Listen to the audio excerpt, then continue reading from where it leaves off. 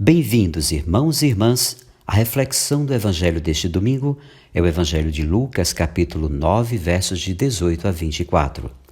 O Messias e seus seguidores. O trecho escolhido para este domingo situa-se no final da atividade de Jesus na Galileia.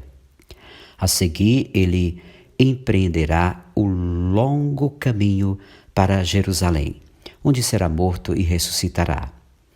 Dessa cidade, os discípulos, repletos do Espírito, sairão para levar a boa notícia da liberdade até os confins do mundo. No Evangelho de hoje, vamos comentar essas sagradas palavras a partir de 3 pontos. O primeiro ponto, Jesus é o Messias de Deus. No Evangelho de Lucas, os grandes momentos da vida de Jesus e suas maiores opções nascem de sua comunhão com o projeto do Pai na oração. O evangelista gosta de mostrar Jesus rezando ao Pai. A pergunta que ele faz aos discípulos, quem diz o povo que eu sou? Tem a função de levar seus seguidores a uma síntese daquilo que ele é. A resposta dos discípulos denota que as pessoas não chegaram a descobrir a identidade de Jesus. Ele acaba sendo confundido com João Batista, Elias e um dos antigos profetas que ressuscitou. Das velhas opiniões do povo, passa-se a certeza que os seguidores de Jesus adquirem a partir daquilo que ele realizou. E vocês, quem vocês dizem que eu sou? A resposta de Pedro, representando os discípulos, é a grande profissão de fé que sintetiza o que Jesus realizou na Galileia. Tu és o Messias de Deus. A palavra Messias, Christos em grego, resume o que Jesus é e faz. Mestre, profeta e revelador, com plenos poderes, ungido pelo Espírito de Deus. Ele é a presença libertadora de Deus.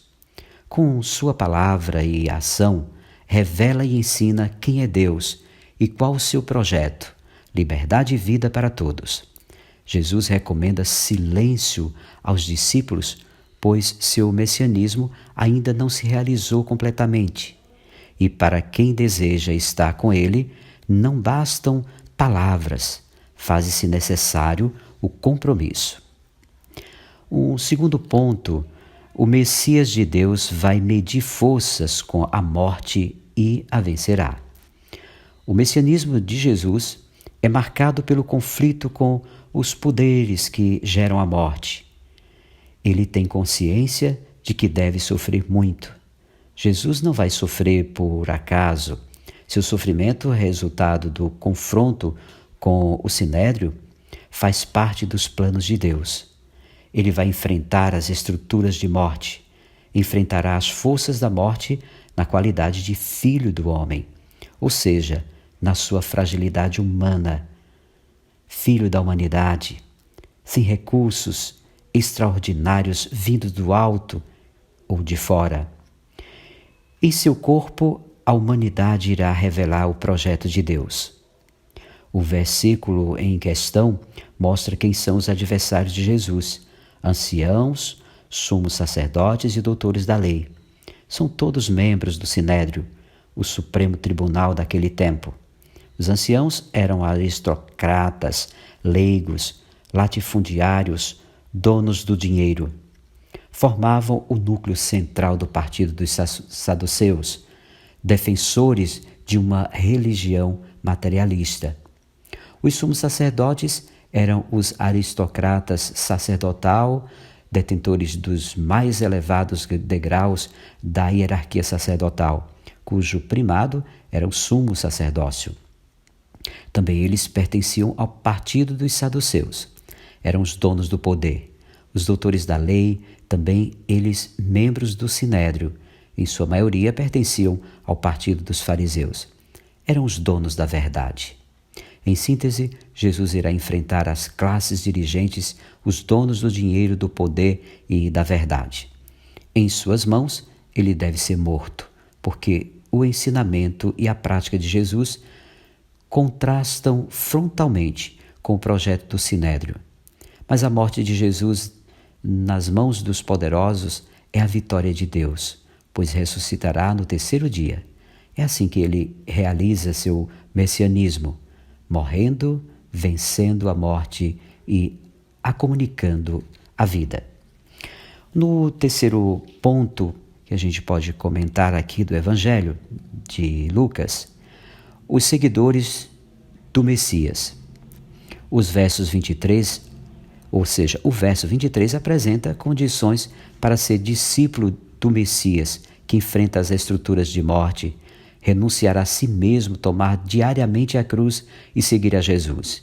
Renunciar a si mesmo significa desfazer-se de toda ambição pessoal. Em outras palavras, não ser como o pessoal do Sinédrio.